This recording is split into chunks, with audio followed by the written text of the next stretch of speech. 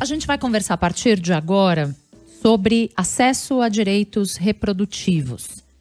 A gente pegou 3 casos recentes para ter essa conversa, casos que nos alertaram para esse tema. A primeira, a negativa de um hospital particular de São Paulo a fazer procedimentos contraceptivos em homens e mulheres, o Hospital São Camilo. O segundo fato, também em São Paulo, o encerramento do serviço de interrupção da gestação em casos previstos em lei no Hospital Municipal da Vila Nova Cachoeirinha. E a solicitação por parte da Secretaria Municipal de Saúde de prontuários das pacientes. Terceiro caso, em Goiás, a aprovação de uma lei estadual que disponibiliza às mulheres que decidem interromper a gravidez em casos previstos em lei um ultrassom com os batimentos cardíacos do feto. Para tratar desses casos separadamente e também da simbologia deles acontecerem mais ou menos no mesmo tempo, a gente convidou a antropóloga, pesquisadora, professora da Universidade de Brasília, Débora Diniz. Bem-vinda, Débora. Obrigada, vai ser uma conversa boa. Bom, eu quero começar pelo fato mais recente, que foi do caso em Goiás. Ontem, a Associação Brasileira de Mulheres de Carreira Jurídica entrou com uma ação direta de inconstitucionalidade no STF para que a Corte Suprema suspenda essa lei que eu citei aqui. É uma lei que determina que o Estado forneça, abre aspas, assim que possível, fecha aspas, o exame de ultrassom contendo os batimentos cardíacos do feto para as gestantes que vão realizar a interrupção legal da gravidez. Em contrapartida, a Procuradoria-Geral de Goiás defendeu que essa lei é constitucional e afirmou que ela, abre aspas, não estabelece a obrigatoriedade de que a gestante seja submetida, e sim a disponibilização desse exame assim que possível, fecha aspas. Eu quero começar te fazendo uma pergunta bem ampla. Qual é o significado disso? O significado é uma tentativa de impor barreiras às mulheres e às meninas. Eu quero lembrar bem de que nós estamos falando da interrupção da gestação prevista em lei, e nós temos meninas que sofrem violência na casa, então nossa imaginação precisa ter um foco. São meninas e mulheres que, ao sofrerem violência, procuram serviço de aborto legal. Ao aí chegarem, elas vão fazer um ultrassom. Essa é a rotina. O que tem de novo não é o ultrassom, é lançá-la a escutar os batimentos cardíacos do feto, caso já existam. Essa não é uma tentativa inocente de oferecer informação. Essa é uma tentativa de intimidar, de constranger, ou mesmo de impor barreiras por assustar. E aqui ninguém está querendo mentir para as mulheres e para as meninas sobre o que é uma interrupção da gestação. A pergunta é sobre o que são os melhores cuidados. Obrigá-la a ouvir os batimentos cardíacos não é sobre cuidado. Isso não existe em nenhum outro estado, na legislação federal, por exemplo. Não, nem nada na legislação e na política pública federal faz qualquer menção a isso. No entanto, a gente tem visto medidas locais ou estaduais ou municipais que são diferentes, obviamente, né, como eu citei aqui, mas que parecem conversar de algum jeito. Você vê conversa entre essas medidas? Aconteceu no município de Maceió, recentemente, né? E a legislação foi derrubada. Então nós temos um quarto ou um quinto na sua lista. É verdade. E caiu. E que são essas tentativas, porque essa desfragmentação da política pública que é federal, e ela tem que ser federal porque ela é baseada nas melhores evidências da ciência, em formas de monitoramento, de vigilância, de cuidado, de treinamento de pessoal. Quando os estados passam a fazer modificação de uma política pública federal, ela está fragmentando, muitas vezes não seguindo as melhores evidências científicas. Mas isso toma tempo para as organizações reverterem, para o Ministério Público tentar contestar, a Procuradoria tentar contestar, e gera insegurança jurídica aos profissionais de saúde, que não sabem se até ontem era proibido, isso tem que se fazer, hoje já é de outro jeito, e essa é a intenção dessas legislações. Em São Paulo, a Justiça negou um pedido liminar para que o Hospital São Camilo parasse de recusar a aplicação de métodos contraceptivos, o DIU, ou até a vasectomia, por exemplo, sob justificativas religiosas. O juiz Otávio Tiotti Tokuda, da 10ª Vara da Fazenda Pública, disse que, ainda que o hospital receba recursos públicos para o atendimento gratuito à população, abre aspas, seu estatuto social deixa claro que se trata de uma associação civil de direito privado de caráter confessional católico. Em outro trecho da decisão, ele diz que a busca por métodos anticoncepcionais impede o direito à vida por mera busca de prazer sexual, situação que afronta a moralidade cristã. O Ministério Público de São Paulo abriu inquérito contra o Hospital São Camilo. Como é que a senhora avalia essa decisão? Ela tem equívocos jurídicos, ela tem equívocos científicos, eu diria, sem meias palavras, que ela é um mau uso do poder judicial para uma interpretação religiosa. E vou seguir os seus 2 exemplos. O estatuto de um hospital é como se fosse um regimento interno, é o que vai regular o funcionamento daquele hospital. Isso não é um marco legal. A lei brasileira, a lei de planejamento familiar, garante que o DIU é um método contraceptivo definido como essencial, como fundamental, como básico. Não cabe a um hospital determinar de maneira diferente, ainda mais um hospital vinculado ao SUS. O SUS é secular. O que significa ser o SUS ser secular? Que ele não segue nenhuma confissão religiosa, nenhuma ideologia religiosa. Então, quando o Hospital São Camilo se define como de ideologia, de confissão religiosa, nós temos que reconhecer que isso é um ato de honestidade. Mas o que isso significa no funcionamento do hospital? De que ele oferece o que está na política pública e que ele pode ter um capelão. De que ele oferece o que está na política pública e pode ter uma igreja ali dentro. Mas nunca significa que a religião é anterior à política pública. É ao revés. Ela é um complemento que não interfere e que não cria barreiras ao acesso. A segunda parte do que você leu, Fernando, sobre interpretação, sobre sexualidade, sobre prazer, sobre moral católica, ela é um exemplo de uma falta de razoabilidade do uso do poder judicial. Nós não estamos aqui discutindo quais são as razões que levaram as mulheres a procurarem métodos, e se isso é do campo da sexualidade ou do prazer. E é inclusive um equívoco religioso, mas é um mau uso do poder judicial. Quero insistir, Débora, o fato de ser um hospital particular não lhe dá o direito de funcionar de acordo com o seu próprio regimento? Não, sabe por quê? Porque a saúde, ela não é uma mercadoria no Brasil. A saúde é um direito fundamental. E é um direito fundamental que é garantido por hospitais públicos, por hospitais privados filantrópicos, por clínicas que recebem financiamento do SUS. O caso do Hospital São Camilo, ele possa ter no seu estatuto a sua ideologia confessional, e eu repito, é para garantir a presença de um capelão pelos corredores, por exemplo, mas não é para alterar a política pública.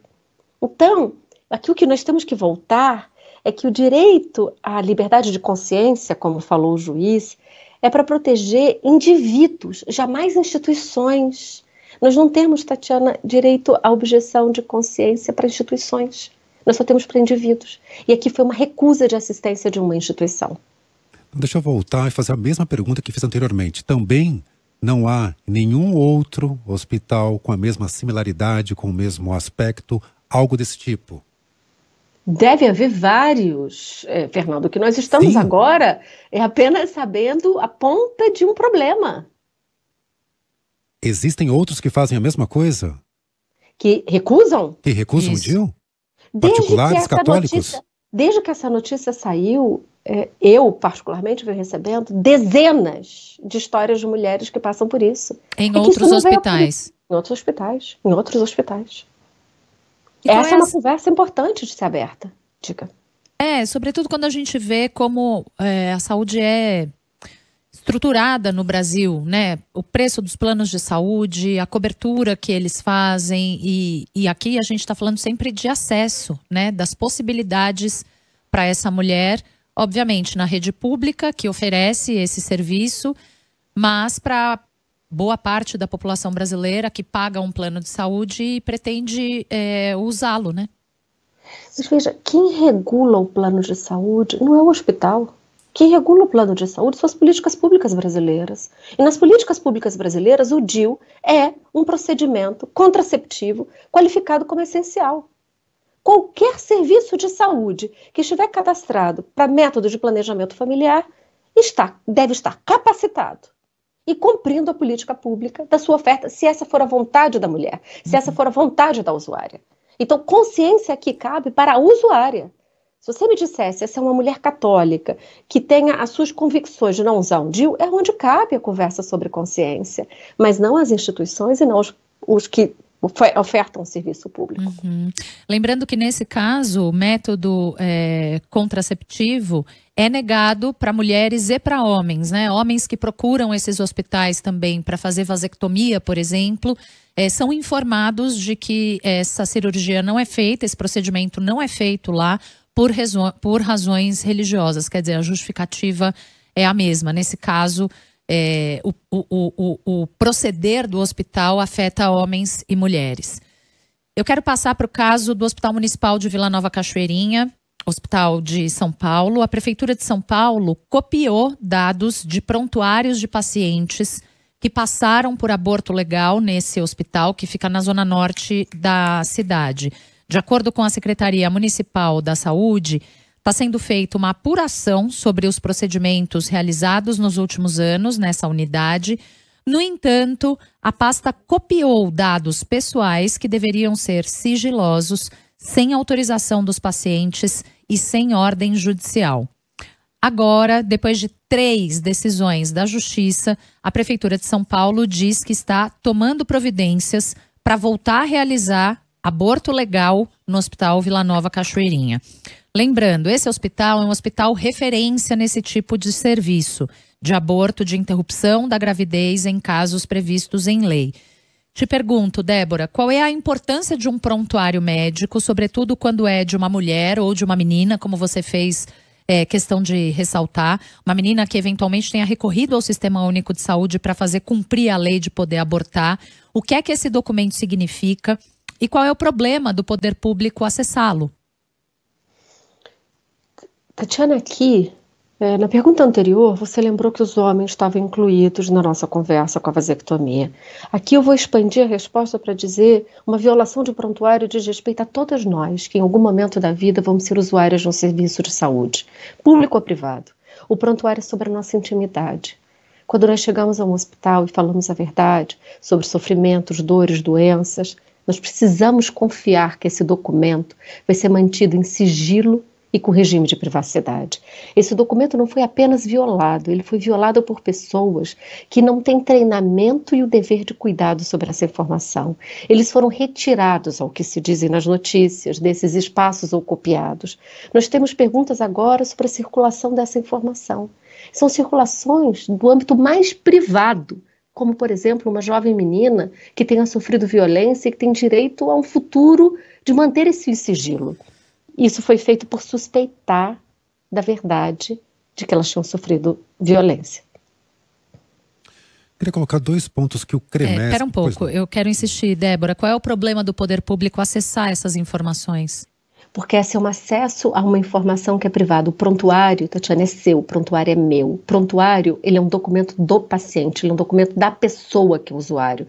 Quando o poder público viola um documento da nossa intimidade, está violando os segredos mais íntimos da nossa vida. E isso coloca em risco todo o sistema de saúde.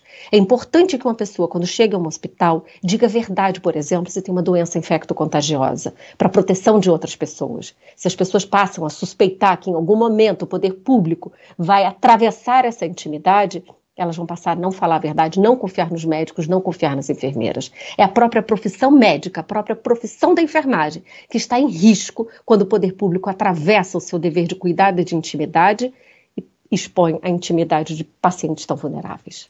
Professor, tem 2 informações que o CREMESP, que é o Conselho Regional de Medicina do Estado de São Paulo, publicou. A primeira aqui, que a Secretaria teria autorização para verificar prontuários onde existe a suspeita de irregularidade, e a outra de que hospitais particulares não possuem a obrigatoriedade de realizar a colocação de métodos contraceptivos como o DIU. A realização, diz o CREMESP, deste procedimento depende do protocolo de cada instituição. Faz sentido? Claro que não. E CREMESP é uma autoridade para falar sobre como regular a profissão da classe médica. A gente está perguntando ao sindicato. A A gente está perguntando uma autarquia que regula a profissão médica. Ela é corporativa no seu pensamento e de proteção dos médicos. Quem regula a política pública no país é o Ministério da Saúde. É a ele que nós temos que perguntar como deve ser implementada, fiscalizada e regulamentada o planejamento familiar no Brasil. O Cremesp está dando uma opinião. Uhum. O Ministério da Saúde deveria ser cobrado em que sentido sobre esses casos que a gente traz aqui, Débora? Primeiro, é muito importante responder a sua pergunta anterior. Esse é um caso isolado ou isso acontece em outros hospitais? Nós precisamos ter evidência do que está acontecendo no país. Então, essa é apenas a abertura de uma pergunta sobre a implementação de uma política pública de um Estado secular, de um Estado que separa religiões das políticas de saúde. O segundo, o Ministério da Saúde tem que conseguir responder aos equívocos de órgãos de poder, como é o Cremesp, em que diz que isso cabe. Não, é o Ministério da Saúde que tem que dizer, não, isso não cabe. Uma política pública se aplica a hospitais privados, hospitais públicos, hospitais que recebem dinheiro do SUS. O Ministério da Saúde pode exigir, por exemplo, nesse caso de hospitais que se negam a fazer procedimentos contraceptivos, que o façam? O que há agora são discussões. A tentativa do partido PSOL no estado de São Paulo foi a tentativa de fazer cumprir o acesso via Ministério Público de garantia de acesso. Então são órgãos diferentes que vão ter poderes de fazer cumprir a política pública. Mas o Ministério da Saúde tem o dever de contestar em verdade sobre a aplicação da política pública. Bom, a gente trouxe aqui um caso no âmbito municipal, em São Paulo, um hospital público, outro na esfera estadual, em Goiás, e um caso de uma instituição privada de saúde que também presta serviço ao SUS, o Hospital São Camilo, também em São Paulo. E aí eu te pergunto, se nós temos leis federais sobre acesso a métodos contraceptivos, se nós temos uma decisão do Supremo Tribunal Federal sobre aborto legal, por que é que decisões locais têm surgido dessa maneira? De que forma o conjunto delas impacta ou pode impactar no acesso aos direitos das mulheres? E no caso do São Camilo, quero ressaltar aqui também dos homens, porque eles não conseguem fazer vasectomia lá. Claro, isso tem um impacto nos homens, nas mulheres, nas famílias, porque nós estamos falando de planejamento familiar no Brasil, né? Você fez duas perguntas, por que isso está acontecendo e qual é o impacto? Porque isso que está acontecendo, nós temos que fazer uma conversa sobre como estão dando as configurações das políticas locais, né? Em particular no estado de São Paulo, um estado tão importante, dada a sua concentração, a referência de um hospital como era o Cachoeirinha. Agora, qual é o impacto? Ela gera insegurança jurídica e uma insegurança emocional para as mulheres, para os profissionais de saúde. É muito difícil, Tatiana, tomar tempo, reverter essa maré de desinformação, dizer o hospital está funcionando, não é nada de errado, esse é um direito das mulheres, esse é um direito das meninas. Então, isso tem um efeito de, olha a quantidade de conversa que nós estamos fazendo para algo que é um equívoco. Então, acho que é importante a gente terminar com a seguinte informação. No Brasil, uma mulher tem o acesso a contraceptivo de que forma? E a interrupção da gestação é permitida em quais casos? A interrupção da gestação no Brasil não é um crime, ou seja, ela é um direito de mulheres e meninas e de todas as pessoas, nos casos em que ela sofre violência sexual, em caso de estupro, em caso de risco de vida e no caso em que o feto é diagnosticado com uma má formação que é incompatível com a sobrevida do feto, que é a anencefalia. Nessas três situações, as mulheres têm acesso ao serviço, devem ter acesso, as mulheres, as meninas, todas as pessoas, ao serviço de aborto legal. Pode falar, Tatiana. Não, pode concluir, Débora. Então, não. Os métodos de planejamento familiar, isso que nós chamamos, Fernando, da política de planejamento familiar, ela está dentro da atenção primária, ou seja, na UBS, perto da sua comunidade, no centro de saúde mais próximo da sua casa. Essa é uma política de atenção básica, isso significa é aquela mais simples que pode haver. A pergunta de por que Leonor, que é essa paciente do Hospital São Camilo, foi ao São Camilo e não foi em outro local, essa é uma falsa pergunta. Ela pode ir em qualquer lugar. Ou deveria poder. Exatamente. Deveria poder. Tem algo que você quer acrescentar sobre esse assunto e sobre o que você enxerga a partir desses casos que a gente trouxe? Eu acho que é fundamental nós conseguirmos responder a pergunta que surgiu na nossa conversa. esse foi um caso isolado, ele está de fato em outros hospitais e serviços de saúde do país. Nós precisamos que as mulheres contem as suas histórias, que confiem nos jornalistas, confiem nas instituições do Estado para contar o que está acontecendo. Porque esse grau de insegurança jurídica, ela tende a cronificar e crescer se nós não enfrentarmos como problema sistêmico. Débora Diniz é antropóloga, pesquisadora, professora da Universidade de Brasília, conversando conosco a respeito desse assunto, a partir de casos pontuais e diferentes do ponto de vista jurídico. A gente fez aqui uma configuração do que eles juntos podem querer dizer nesse nosso momento. Te agradeço muito pela gentileza, pelo seu tempo dedicado a conversar conosco aqui no Estúdio CBN. Muito obrigada, Débora. Prazer foi meu. Um abraço a vocês. Boa tarde.